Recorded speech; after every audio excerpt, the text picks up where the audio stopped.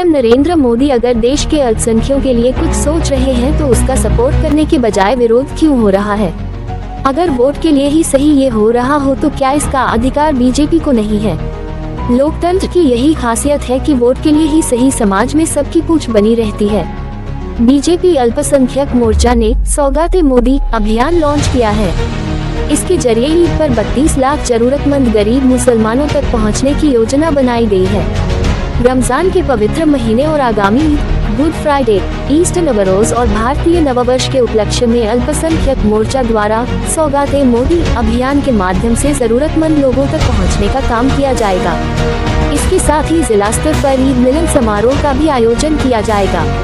इसमें कुछ भी ऐसा नजर नहीं आ रहा है जिस पर राजनीति होनी चाहिए, पर मुस्लिम हितों की बात करने वाले तथाकथित राजनीतिक दलों ने जिस तरह इस योजना के खिलाफ रिएक्शन दिया है वह समझ से परे है।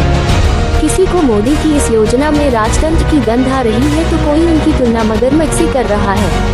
कुछ लोग ड्राई फ्रूट के बजाय उन्हें रोजगार और शिक्षा दिलाने की बात कर रहे हैं। फिल्म एक्टर और सांसद शत्रुघ्न सिन्हा, समाजवादी पार्टी के अध्यक्ष और पूर्व सीएम अखिलेश यादव, सांसद अफजाल अंसारी, टीएमसी सांसद कीर्ति आजाद आदि ने पीएम मोदी की इस योजना के लिए उन्हें जबरदस्त तरीके से रोस्ट किया है। सौगाते मोदी स्कीम की आप लाख बुराइयां कर ले, इस तरह की योजनाएं देश की जनता के बीच एक सौहार्दपूर्ण वातावरण संदेश देने का काम तो करती ही हैं।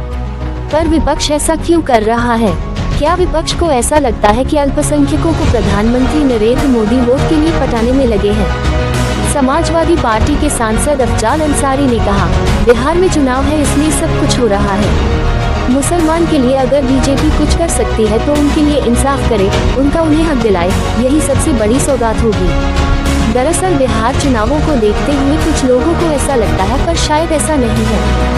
बीजेपी यह मानकर चलती है कि उसे मुस्लिम समुदाय का वोट नहीं मिलने वाला है, इसलिए चुनाव के समय वोटों के ध्रुवीकरण में लग जाती है। पर अगर कोई पार्टी जिसके विचार अल्पसंख्यकों के लिए इस तरह के नहीं थे और अब वह पार्टी उस खास तबके के लिए कुछ सोच रही है तो इसका स्वागत करना चाहिए। सामाजिक विकास और राजनीतिक विकास इसी तरह से होता है। कभी सवर्णों को गाली देने वाली बहुजन समाज पार्टी आज की तारीख में सभी वर्गों को साथ लेकर चलती है। अगर बीजेपी को लोग भी इस तरह की युक्तियों का सहारा ले रहे हैं तो इसका स्वागत होना चाहिए। वोट के लिए ही सही कम से कम ऐसी युक्तियां की जा रही हैं जिसके चलते दो भिन्न धर्मों के लोग एक साथ आ जाते हैं। बहुलतावादी समाजों में शांति इस तरह ही आती है।